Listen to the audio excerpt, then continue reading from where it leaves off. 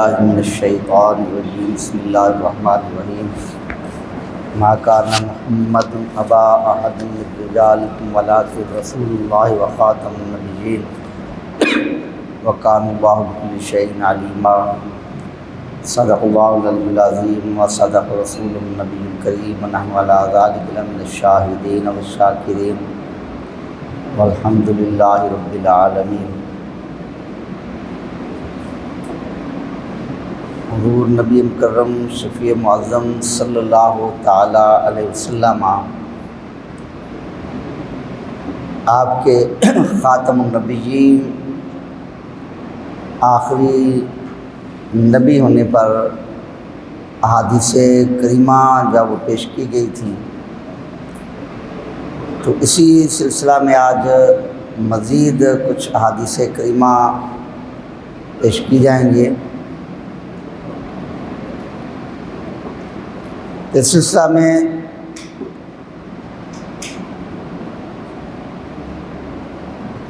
صحیح بخاری کے اندر حدیث پاک ہے اور اس کے راوی ہیں حضرت سیدنا ابو ہریرہ رضی اللہ تعالیٰ عنہ۔ صحیح بخاری رقم الحدیث 3609۔ حضرت ابو ہریرہ رضی اللہ تعالیٰ عنہ آپ فرماتے ہیں کہ نبی پاک صلی اللہ علیہ وسلم نے ارشاد فرمایا، لا تقوم الساعۃ حتی یقتتل فئتان فیکون بینہما مقتلۃ عظیمہ دعواہم واحدہ ولا تقوم الساعۃ حتی یبعث دجالون کذابون قریبا من 30 کلہم یزعم انہ رسول اللہ۔ نبی پاک صلی اللہ علیہ وسلم آپ نے ارشاد فرمایا کہ قیامت اس وقت تک قائم نہیں ہوگی جب تک دو بڑی جماعتوں کے درمیان عظیم لڑائی واقع نہیں ہوگی، ان کے درمیان جنگ ہوگی اور دونوں جماعتوں میں سے ہر ایک کا دعویٰ ایک ہی ہوگا۔ اور فرمایا کہ قیامت اس وقت تک قائم نہیں ہوگی حتیٰ کہ 30 کے قریب جھوٹے دجال جو ہیں وہ مبعوث کیے جائیں گے، وہ آئیں گے، کلہم یزعم انہ رسول اللہ، اور ان میں سب کا باطل گمان یہی ہوگا کہ وہ اللہ کا رسول ہے۔ اس حدیث پاک میں نبی پاک صلی اللہ علیہ وسلم آپ نے یہ ارشاد فرمایا کہ قیامت سے پہلے میرے بعد جو رسول اللہ ہونے کا دعویٰ کریں گے وہ دجال اور کذابون ہیں۔ ایک تو ان کے اس بیان کو یزعم سے بیان کیا کہ یہ ان کا گمان ہوگا، حقیقت پر مبنی نہیں ہوگا، اور دوسرا یہ فرمایا کہ وہ جھوٹے اور دجال ہوں گے۔ تو اس سے معلوم ہوا کہ رسول اللہ صلی اللہ علیہ وسلم آپ کے بعد اگر کوئی نبوت کا دعویٰ کرے تو وہ دجال اور کذاب ہی ہو سکتا ہے، اللہ کا سچا رسول اور اللہ کا سچا نبی نہیں ہو سکتا۔ لہذا نبوت کا سلسلہ رسول اللہ صلی اللہ علیہ وسلم کی ذات اقدس پر ختم کر دیا گیا ہے اور آپ اللہ کے آخری نبی ہیں۔ باقی اس حدیث پر یہ سوال ہوتا ہے کہ اس حدیث پاک میں تو یہ ذکر کیا گیا کہ 30 کے قریب کذاب دجال ہوں گے، تو مدعیان نبوت کو دجال اور کذاب سے تعبیر کیا گیا۔ لیکن اگر ہم تاریخ کو دیکھیں تو رسول اللہ صلی اللہ علیہ وسلم کے بعد جن حضرات نے نبوت کا دعویٰ کیا وہ صرف 30 نہیں ہے، ان کی تعداد بہت زیادہ ہے۔ ہر دور میں مختلف لوگ نبوت کا دعویٰ کرتے رہتے ہیں، تو پھر یہ حدیث کا مفہوم واقعے کے مطابق نہ ہوا، علامہ حافظ ابن حجر اسقلانی رحمۃ اللہ تعالیٰ علیہ آپ نے فتح الباری کے اندر، فتح الباری جلد نمبر 6 اور صفحہ نمبر 455 پر اس اعتراض کا جواب دیا، اور آپ فرمایا کہ اس حدیث میں لیس المراد بالحدیث من ادعى النبوۃ مطلقاً، فرمایا کہ اس حدیث میں وہ لوگ نہیں مراد جو مطلقاً نبوت کا دعویٰ کرنے والے ہیں، بلکہ اس سے مراد وہ لوگ ہیں من قامت لہ الشوکہ، جو صاحب شوکت ہوں گے، یعنی ان میں جو بڑے بڑے صاحب شوکت لوگ ہوں گے جن کے ساتھ کثیر تعداد میں لوگ شامل ہو جائیں گے، تو وہ مراد ہیں کہ وہ 30 کے قریب ہوں گے۔ فرمایا کہ ویسے تو عموماً یہ دعویٰ جو ہے جنون وغیرہ کی وجہ سے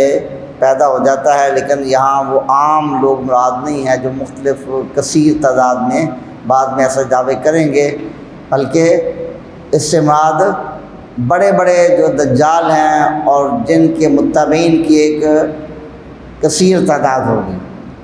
تو اب اس حدیث سے ایک تو یہ بھی معلوم ہوا کہ رسول اللہ صلی اللہ علیہ وسلم کے بعد نبوت کا دعویٰ کرنے والا وہ دجال اور کذاب ہی ہوگا، اور چونکہ حدیث پاک میں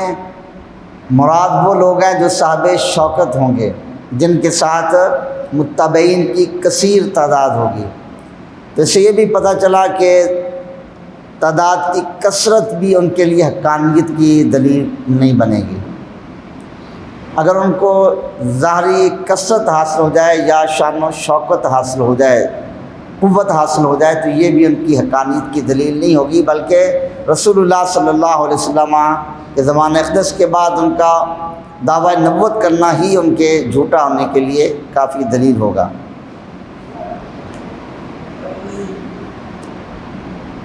اسی طرح کے سنن ترمذی کے اندر یہ حدیث پاک ہے، رقم الحدیث 2219، اور اس کے راوی حضرت ثوبان رضی اللہ تعالیٰ عنہ جو رسول اللہ صلی اللہ علیہ وسلم کے آزاد کردہ غلام ہیں۔ تو آپ بیان فرماتے ہیں کہ رسول اللہ صلی اللہ علیہ وسلم نے ارشاد فرمایا، لا تقوم الساعة حتى تلحق قبائل من امتی بالمشرکین وحتی یعبد الاوثان، فرمایا کہ اس وقت تک قیامت قائم نہیں ہوگی جب تک میری امت کے قبائل مشرکین سے نہ مل جائیں اور بتوں کی عبادت نہ کرنے لگیں۔ وَإِنَّهُ سَيَكُونُ فِي أُمَّتِي 30 كَذَّابُونَ، اور بے شک میری امت میں 3 جھوٹے کذاب ہوں گے، کلہم یزعم انہ نبی، ان میں سے ہر ایک کا گمان ہوگا کہ وہ نبی ہے۔ وانا خاتم النبیین لا نبی بعدی، اور میں خاتم النبیین ہوں، میرے بعد کوئی نبی نہیں۔ تب اس حدیث میں ایک تو رسول اللہ صلی اللہ علیہ وسلم نے صراحتاً فرما دیا کہ انا خاتم النبیین، میں خاتم النبیین ہوں، اور دوسرا آپ چونکہ آنے والے زمانہ پر بھی نگاہ رکھتے ہیں اور جانتے ہیں کہ یہ اعتراض کیا جائے گا، خاتم النبیین کا یہ معنی، اس میں تعویلات کی جائیں گی، تو آپ نے خاتم النبیین کا معنی اور اس کی تفسیر بھی ساتھ ہی بیان کر دی، لا نبی بعدی، میرے بعد کوئی نبی نہیں ہوگا۔ لا نفی جنس کا یعنی ہر قسم کے نبی کی نفی کر دی۔ تو نبوت کی مختلف اپنی طرف سے اقسام نکال کر ذلی بروزی وغیرہ مرزا جس طرح اپنے دعویٰ کو تقویت دیتا ہے، تو ان سارے دعووں کی آپ نے بنیاد کھیڑ دی۔ اور دوسرا پھر اس حدیث پاک میں بھی یہ وضاحت کر دی کہ بعد میں ایسے لوگ آئیں گے جو دعویٰ کریں گے اللہ کے نبی ہونے کا، لیکن وہ کذاب ہوں گے، جھوٹے ہوں گے،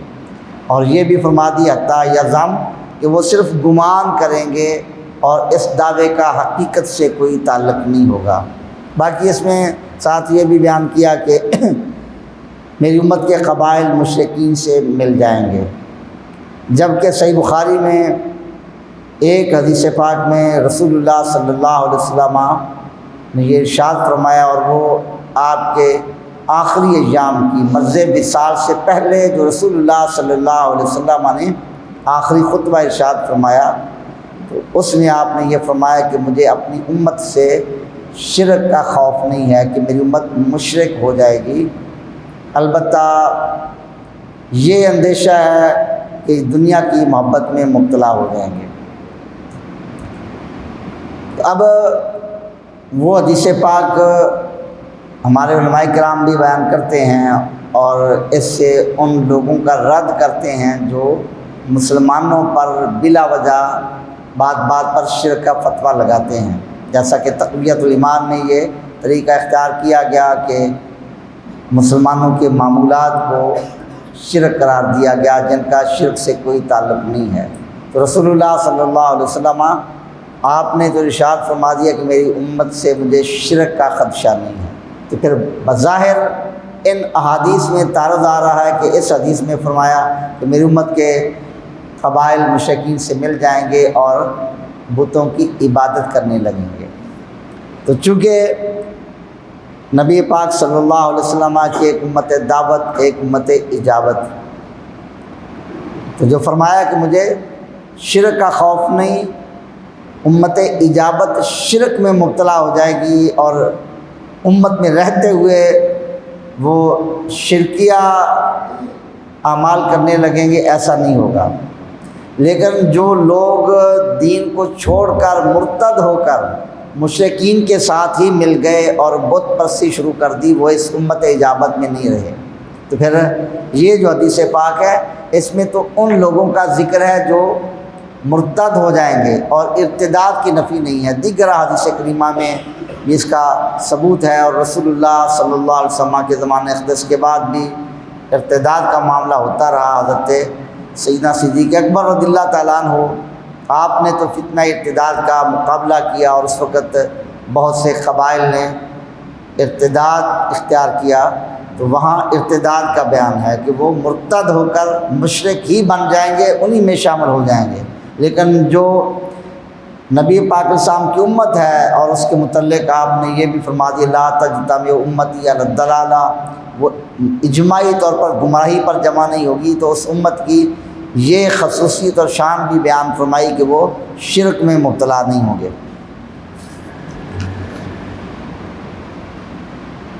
اس کے بعد صحیح مسلم کتاب المساجد و مواد الصلاۃ، اس کا باب المساجد و مواد الصلاۃ، اس کے تحت یہ حدیث پاک ذکر کی گئی ہے۔ اور دیگر کتب احادیث میں صحیح بخاری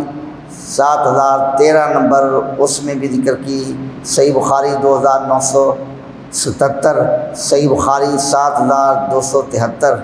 صحیح بخاری 6998، صحیح مسلم 1172، وہ یہی حدیث پاک ہے، اور صحیح بخاری 1171، صحیح مسلم اور صحیح مسلم 1168، جامع ترمذی 1553، سنن نسائی 3089 اور سنن نسائی 3091 نمبر، سنن ابن ماجہ 567 نمبر، اسی طرح صحیفہ حمام بن منبہ۔ تو مختلف کتب حدیث میں یہ حدیث ذکر ہے، اور بعض میں الفاظ کم و بیش ہیں۔ تو یہ جو الفاظ پیش کیے جا رہے ہیں یہ صحیح مسلم کے ہیں۔ تو صحیح مسلم کی اس حدیث پاک میں نبی پاک صلی اللہ علیہ وسلم نے یہ ارشاد فرمایا، اور حدیث کے راوی ہیں حضرت سیدنا ابو ہریرہ رضی اللہ تعالیٰ عنہ۔ آپ نے فرمایا کہ رسول اللہ صلی اللہ علیہ وسلم قال فضلت علی الانبیاء بست اعطیت جوامع الکلم ونصرت بالرعب واحلت لی الغنائم وجعلت لی الارض طہورا ومسجدا۔ وَأُرْسِلْتُ إِلَى الْخَلْقِ كَافَّةً وَخُتِمَ بِي النَّبِيُّونَ۔ تو رسول اللہ صلی اللہ علیہ وسلم نے ارشاد فرمایا کہ انبیاء کرام علیہ السلام پر مجھے 6 خصائل کے ساتھ فضیلت عطا فرمائی گئی، 6 خصوصیات عطا فرمائی گئیں جو دیگر انبیاء کرام علیہ السلام کو عطا نہیں ہوئی، اور خصوصی طور پر اللہ تعالیٰ نے مجھے وہ امتیازی خصائص عطا فرمائے۔ تو فرمایا کہ ان میں سے ایک یہ ہے کہ مجھے جوامع کلم عطا فرمائے گئے، اور یہ بتایا گیا جامع کلمات کہ آپ کو اللہ نے یہ شان عطا فرمائی، آپ مختصر کلمات فرماتے لیکن ان کے اندر معنی کے سمندر پوشیدہ ہیں، اور آج تک شارحین ان حدیث کے معنی بیان کرتے جا رہے ہیں، اور ان میں معنی وہ ان کو حاصل ہوتے ہیں۔ تو یہ آپ کی شان ہے کہ آپ کثیر معنی کو مختصر الفاظ میں بیان فرماتے ہیں۔ اور دوسرا فرمایا نصرت بالرعب، رعب کے ذریعے میری مدد کی گئی۔ تو دیگر حدیث میں فرمایا کہ دور کی مسافت سے آپ کا کافروں پر رعب طاری کر دیا جاتا، اور بہت سے مواقع پر ایسا ہوا کہ کفار نے آپ کے رعب، آپ کی جلالت سے مرعوب ہو کر خود آپ کی بارگاہ اقدس میں پیش ہو کر صلح کے لیے عرض کیا اور ذمہ بننا قبول کر لیا۔ تو یہ بھی رسول اللہ صلی اللہ علیہ وسلم کے خصائص میں سے ہے کہ اللہ نے آپ کو رعب والی اس خصوصیت سے نوازا۔ وَأُحِلَّتْ لِيَ الْغَنَائِمُ، اور میرے لیے غنیمتوں کو حلال کر دیا گیا۔ مال غنیمت یہ بھی اسی امت کی خصوصیت ہے۔ اس سے پہلے انبیاء کرام علیہ السلام کفار کے ساتھ جہاد فرماتے، جو مال غنیمت حاصل ہوتا تو امت کے لیے اس کا استعمال کرنا جائز نہیں تھا۔ آسمان سے آگ آتی، اس مال کو جلا دیا جاتا، لیکن رسول اللہ صلی اللہ علیہ وسلم کی امت کو اللہ نے یہ شان عطا فرمائی، ان کے لیے خصوصی طور پر مال غنیمت کو حلال قرار دے دیا گیا۔ وَجُعِلَتْ لِيَ الْأَرْضُ مَسْجِدًا وَطَهُورًا وَمَسْجِدًا، اور اللہ تعالیٰ نے میرے لیے زمین کو، روئے زمین کو مسجد اور طہور بنا دیا۔ ساری روئے زمین آپ کے لیے مسجد بنا دی گئی کہ آپ کی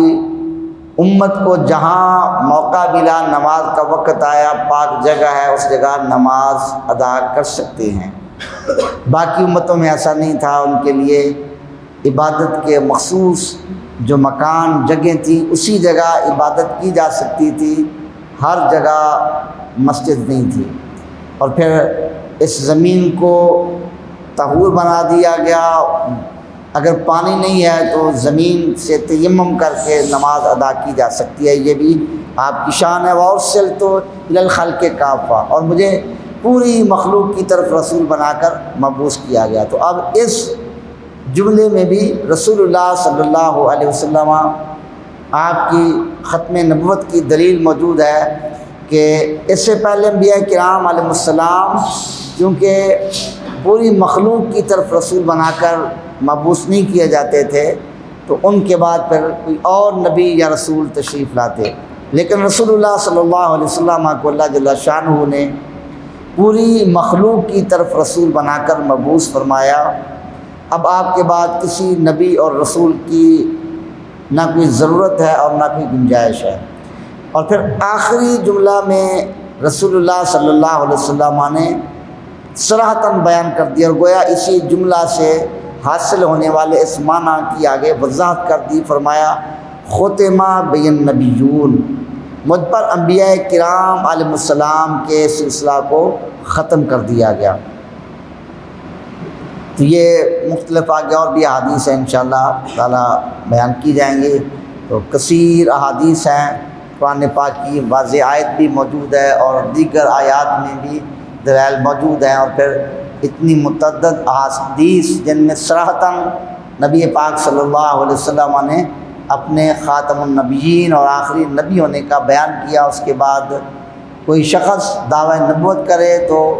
مسلمان کے لیے تردد کی بھی اجازت نہیں ہے کہ وہ تردد کرے، ہو سکتا ہے یہ نبی ہو،